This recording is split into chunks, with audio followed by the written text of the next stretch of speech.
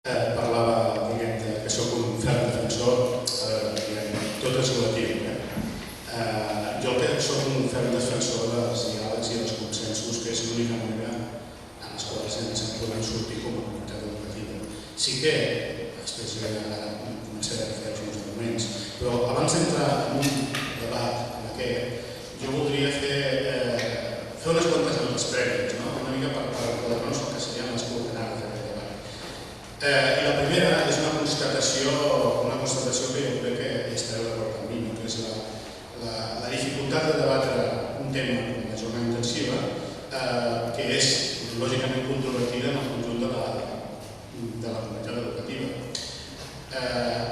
Totes les vegades en les quals jo he fet uns quants debats sobre aquestes qüestions de jornada intensiva, jo simplement dic que com a bon docent soc capaç d'anar canviant de posicionament en funció de com varia la realitat. Jo crec que de vegades és molt difícil fer debats sobre la jornada continuada o la jornada partida, perquè hi ha un pes excessiu de posicionaments des de l'emoció més que no pas des de l'argumentació. A més, és obvi que dins de la comunitat educativa, entre tots els agents, entre l'administració, entre les famílies, entre els docents, entre els propis alumnes, doncs hi ha un excessiu pes de determinats prejudicis i creences prèvies. I a més, teòricament, aquesta qüestió de la jornada, el tipus de jornada, està molt vinculada o està, un dels prejudicis és aquesta idea que es fonamenta en interessos particulars o corporatius, com ho dir, quan en realitat amaguen elements que van molt més enllà, van molt més profuns. El posicionament dels docents no és hegemònica sobre la qüestió de la jornada intensiva, no és, allò és unànim, de la mateixa manera que entre les famílies tampoc no és unànim. A més, jo mateix tampoc no soc unànim perquè sí, soc docent, però he estat alumne i a més resulta que estic a la mateixa aula que el senyor Lluís Llop. Les nostres filles anaven fins l'any passat a la mateixa classe. Per la qual cosa, visc el tema de jornada com a docent i l'he vist també com a pare. En aquest món tots estem molt condicionats per aquestes coses.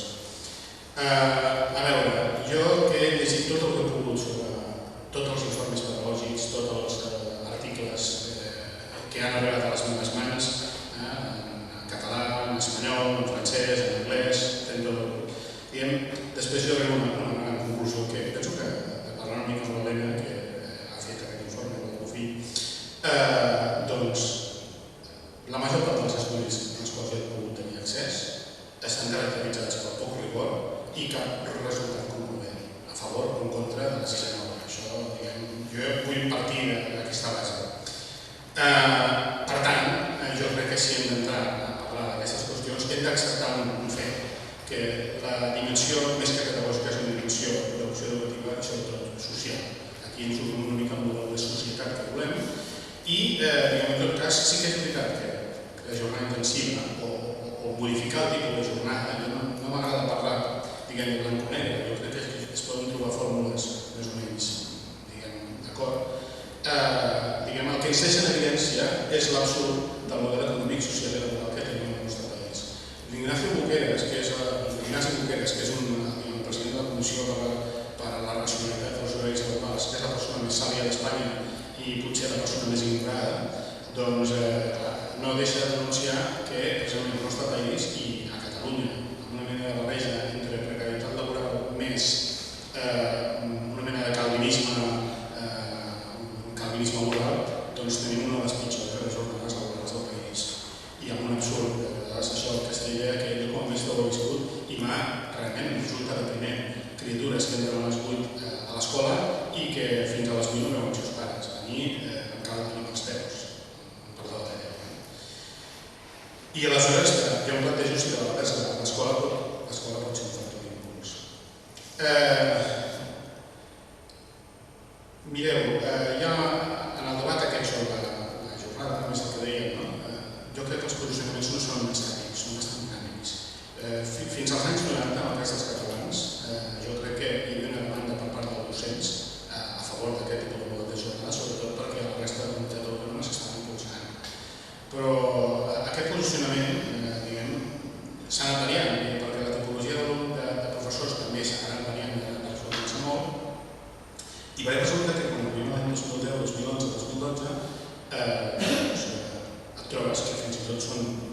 moltes famílies, moltes comunitats escolars, amb l'impuls de les famílies, i famílies que no són necessàriament mestres, les que demanen la jornada intensiva. Mireu, l'última conferència que vaig fer sobre aquesta qüestió va ser al conjunt de les escoles de Terres de l'Ebre que em van fer una conferència fix i resultava que la major part eren famílies que estaven interessades en un tipus de model de jornada. Després ja parlaré sobre la tipologia de famílies, perquè no totes les famílies són iguals. Tolstoi deia que totes les famílies felices s'assemblen, totes les famílies infelices busquen a la seva manera. És a dir, aquí també comentar les diversitats de les famílies. I després hi ha una altra qüestió, que he explicat que l'alumnat també cada vegada és més divers, igual que el professorat i les famílies. La nostra societat és menys homogènia, segons per què, per bé, i segons per què, malament. I aleshores ens trobem, que jo penso que, jo demano que de la mateixa manera que jo a nivell personal les meves opinions prèvies s'han modificant, jo crec que hauria d'anar un esforç que tothom faci aquest examen de consciència per sospesar que siguin tots els alumnes. I una trista constatació. Jo en aquests moments penso que vivim en un moment de paranoia de la comunitat educativa, perquè totes les societats occidentals, no només a Catalunya es mira molt bonic, però totes les societats occidentals ara mateix tenen un problema greu amb el seu sistema educatiu. De vegades li diuen l'efecte PISA, que penses que és d'una manera i els resultats, els pretejos resultats acadèmics et diuen que és d'una manera, perquè el que ha fet el PISA és catalitzar un sentiment de malestar i inseguretat interns de les pròpies societats europees, perquè representa una insatisfacció de les expectatives. L'escola, per bé o per mal, és un baròmetre i és una falla tectònica de la societat. I jo diria que és l'últim reducte de l'estat del benestar, en el sentit que és l'única institució pel qual passen tots els ciutadans. Fins i tot, afortunadament, van suprimir la mili, doncs l'únic que queda pel qual es passa tota la societat és l'escola. I és precisament a l'escola on es veuen totes les contradiccions i totes les petites misèries que arrosseguem tot l'any. Ens enganyem els nens dient que quan seràs gran seràs així o així, els nens ens deixem enganyar pensant que quan serem grans no tindrem aquests moments existencials que tenim. I resulta que quan som grans l'acabem tant com els nostres fills. Però el pitjor de tot és que jo crec que el principal problema de l'escola, i ara vaig ser un provocador, ara entro en una dimensió provocador, no és el fracàs escolar, no és el model de jornada. El pitjor problema de l'escola és la desconfiança mútua entre tots els agents educatius. Mireu, ara em vaig fer una mica el culte i vaig utilitzar una de les frases d'un dels meus filòsofs preferits, el Hans Magnus Enzensberger. El seu llibre, l'Història de Guerres Civils, diu: la desconfiança s'ha instal·lat entre individus i col·lectius. És aquest el veritable motiu pel qual es comença per dissoldre les institucions i a continuació s'acaba atacant la societat. Jo crec que l'escola ha estat sent atacada no pas precisament per el model de jornada, sinó per altres motius, diguem, més profunds. I després, un element previ últim, abans de començar el PowerPoint, perdoneu, potser serà més de 20 minuts, però és que algú ho havia de dir. Hi ha un altre factor que també ha posat en evidència des del moment en el qual s'ha aplicat d'una manera majoritària la jornada intensiva als instituts. L'adolescència ens resulta un element pertorbador. És un element pertorbador pels propis adolescents, jo que soc pare d'adolescent, i en Lluís també, i molts de vosaltres també, és un moment molt pertorbador perquè representa un moment, primer, de construcció de la identitat.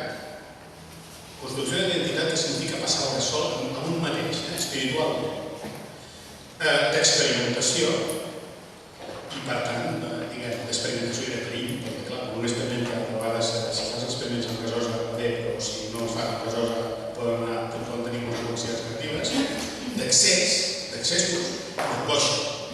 I és un moment també de ruptura amb la família, de ruptura amb un mateix, és un moment de metamorfosi, de fragilitat a la vegada, de frustració davant de l'impossible i de frustració per part dels pares que, clar, el nostre instint protector, diguem, saltar trossos en el moment en què ells van construir el seu propi espai. Per tant, una de les coses que detecto en l'angoixa que tenim els pares davant de decidir aquest temps de que quan veiem els nostres nens, veiem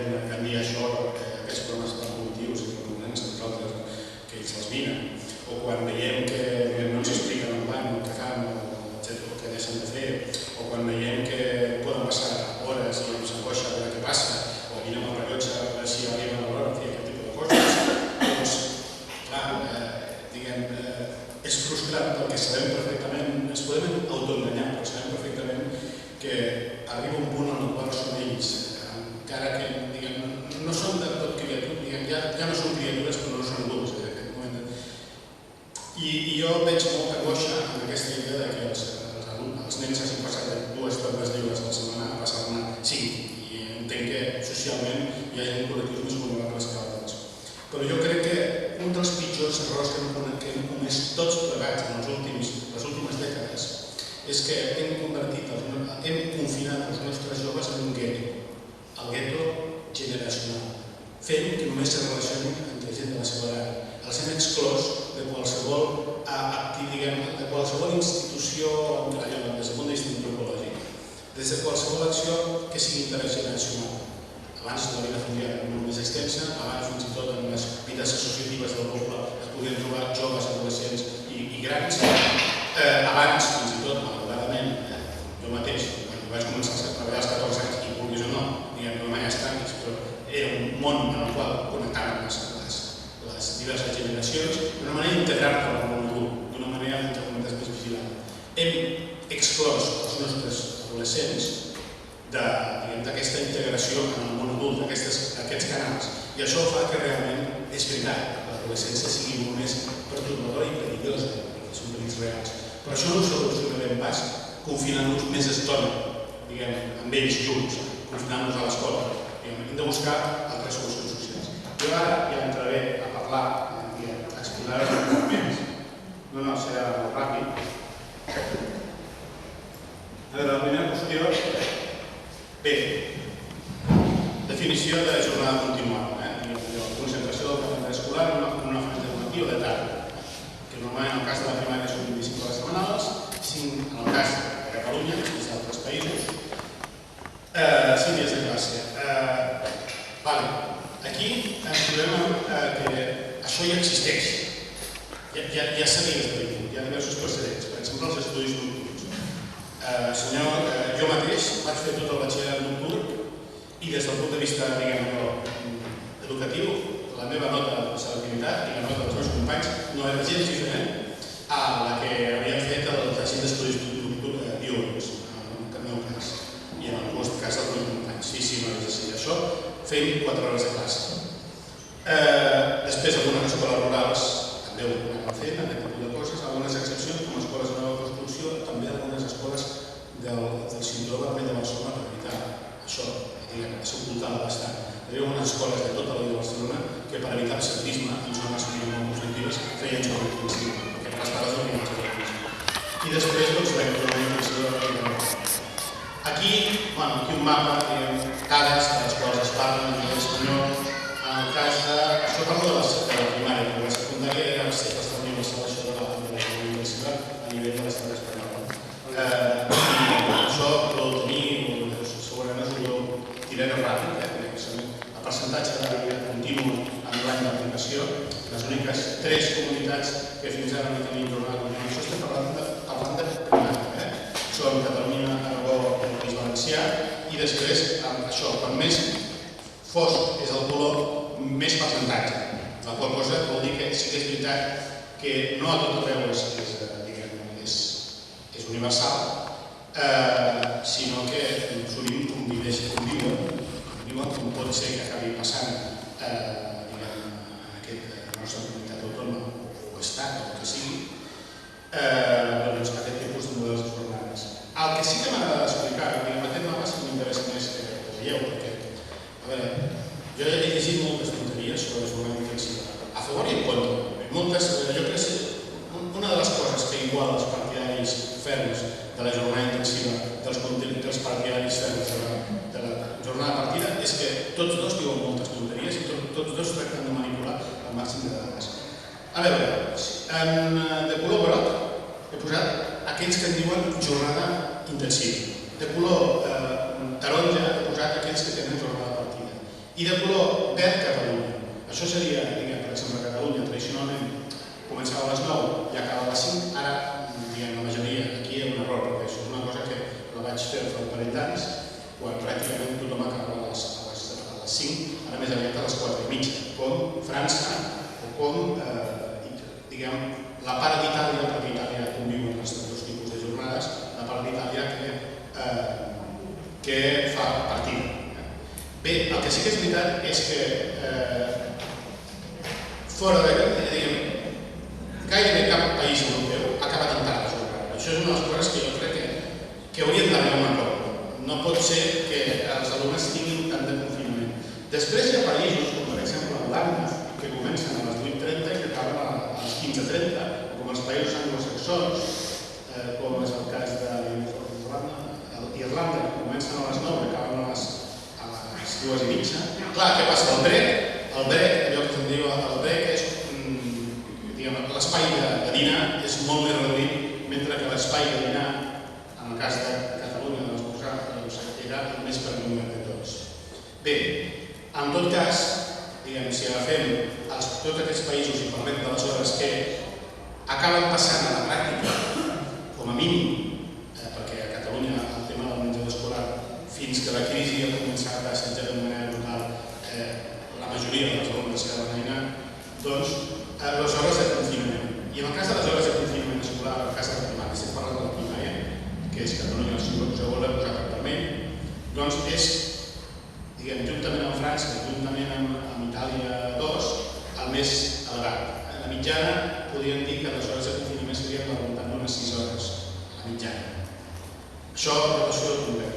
Després hi ha una altra qüestió, que és el tema de les hores d'escola, que en el cas d'Espanya, per tant de Catalunya, en el cas de primària de 7 a 8 anys és de 875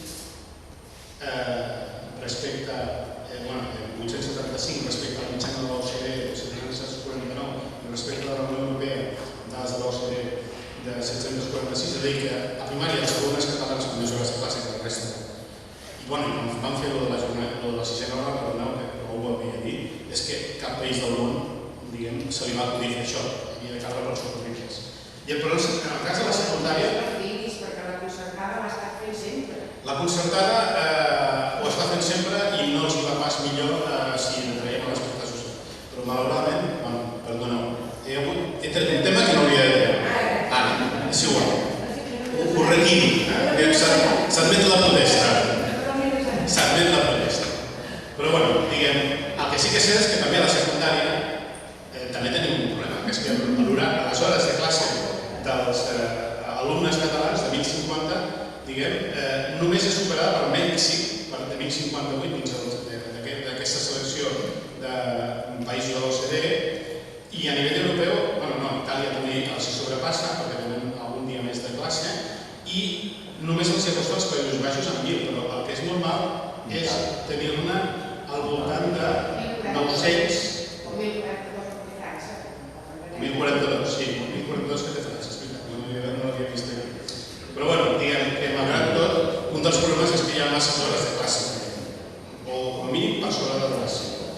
Vaig a fer un petit resum dels arguments favorables a la jornada. També hi faré els contraris, no us preocupeu. Sí, 2 minuts. Sí, bé. A veure, des del punt de vista objectiu, és una eina racional que hi hagi, per exemple, el desenvolupament del currículum als matins i activitats extraescolars a la tarda. Jo crec que aquí fins i tot podíem arribar a un acord. A més, com a mestre, sé perfectament el que és fer classe a la tarda i durant més de 20 anys i puc assegurar que no estic mentint. Permet una millor organització dels centres, en el sentit que, per exemple, en el cas de la secundària, un dels efectes benèfics és que els docents passen més temps junts, no tenien unes jornades tan disperses i, per tant, potencia la coordinació. Evita la fatiga de l'alumnat i redueix els conflictes. Això és cert, és a dir, les tardes, en el cas de la primària, l'índex de conflictivitat per simple fatiga, és a dir, no perquè els nens es portin 5 més bons o més dolents, sinó perquè quan un està més cansat està més irritable i en el cas dels nens i adolescents, això és les tardes, quan ja, parlo sobretot dels alumnes que han passat més temps confinats, perquè curiosament hi ha alumnes, els alumnes que se'n van a dinar a casa seva, en el cas de la primària, quan tornen a la tarda sí que és veritat que estan més descansats i poden seguir més bé, però és que solen ser una minoria. I també, i una altra cosa, aquí no ho dic, evita la fatiga també del professorat, que també és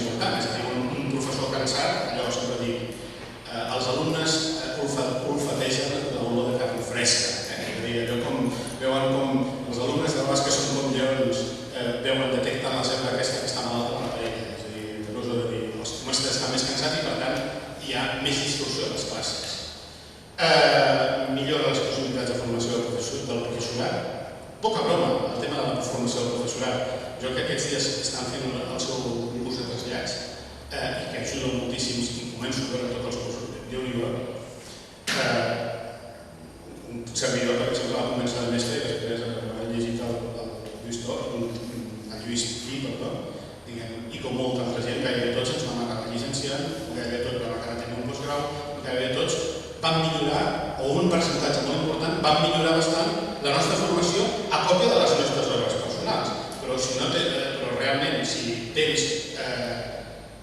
disposes de més temps concentrat en part, perquè a la pràctica l'horari laboral és el mateix, doncs millorar les possibilitats formatives. I després també us diria, permet millorar la conciliació d'algunes famílies sense perjudicar d'altres i he posat un interrogant. Què vol dir això? L'Helena, en el seu estudi sobre la jornada intensiva, detecta que hi ha al voltant del 15%, jo diria que és menys, de famílies, 15, jo diria més aviat que és un 30%, tot i així no és majoritari, que tenen una organització horària que els permet que no els hi podria perjudicar, més aviat els podria beneficiar, i que a més, doncs, per exemple, aquests alumnes després de les tardes poden fer activitats escolars i fer els deures i arribar a una hora raonable a casa. No és pas com aquest tipus de criatures que fan activitats escolars a partir de les 5:30 a les 6, que acaben a les 8, que no tenen temps ni fer els deures, que pràcticament no veuen els seus pares i acaben gairebé morts i diguem allò, sepultats. I, clar, sense perjudicar-ne d'altres, si realment la jornada intensiva es fa amb un conjunt de polítiques socials que permetin activitats extraescolars gratuïtes, ben organitzades, etc., doncs, escolta, no em perjudica, en absolut. Si hi ha un bon ventall, sobretot, especialment en aquells sectors que són més vulnerables.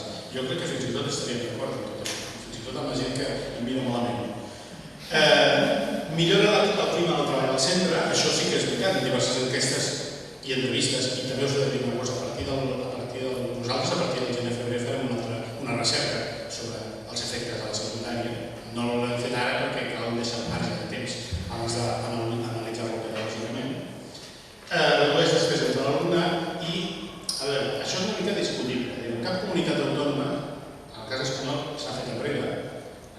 I alguns estats europeus, aquí, abans de tenir una informació, sí que és veritat que Alemanya és l'únic país que sembla que està replantejant, almenys que jo tingui notícia i tingui constància, que s'estigui replantejant, en alguns casos, revertir això de la jornada intensiva que teníem, ampliant els horaris. Però el cas d'Alemanya és una mica especial. Primer de tot, perquè hi entra la dinàmica del que seria l'agenda 2003, en la qual, els treballadors alemanys estan bastant pitjor que fa 10 anys, és a dir, s'ha precaritzat molt la seva situació, i en segon lloc, perquè són precisament gent de procedència de classes baixes qui està fent més aquesta demanda. Normalment, quan més als propis Estats Units, en el qual el tema de la jornada escolar és molt divers, no només dins dels propis estats, sinó dins dels propis districtes escolars, hi ha un fet. Quan més baix en l'escala social està un alumne, més hores de classe en fa perquè és per conciliar les famílies, perquè són famílies que treballen més hores i perquè també els ajuntaments tenen moltes ganes de no tenir porto-riquenys o nens allò al carrer, en determinades hores. Això no us ho diré. Arguments desfavorables, també, pot portar problemes de conciliació i posar un interrogant en el sentit que depèn de com hi vagin el que serien les polítiques socials. Podríem propiciar uns hàbits insans entre l'alumnat, és a dir, tele-playstation o anar al parc a fer segons quines coses.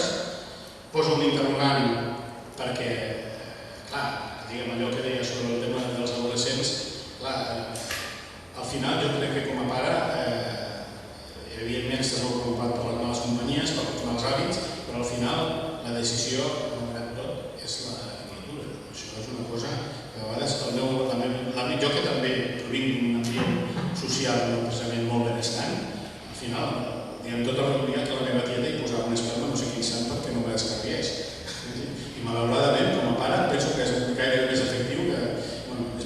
no sé si és gaire efectiu, perquè al final, si ens volen portar discursos, no ens portaran igualment. Pot suposar una competència deslleial respecte a l'escola privada, això és el que deies tu? Condicional?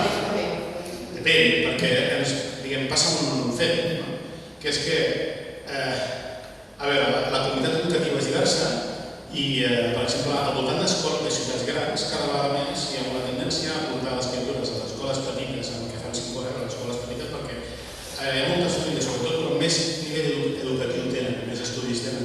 Prefereixen portar-los a una escola pública bona, i sobretot és una escola pública rural, perquè saben perfectament que això és menjar a la carta respecte a les escoles de teresianes i no sé què, i de l'Opus i aquestes coses, que bàsicament hi ha un plantejament de rentar el cervell i d'evitar que les criatures pensin aquestes coses soles i que en realitat és un menú tancat.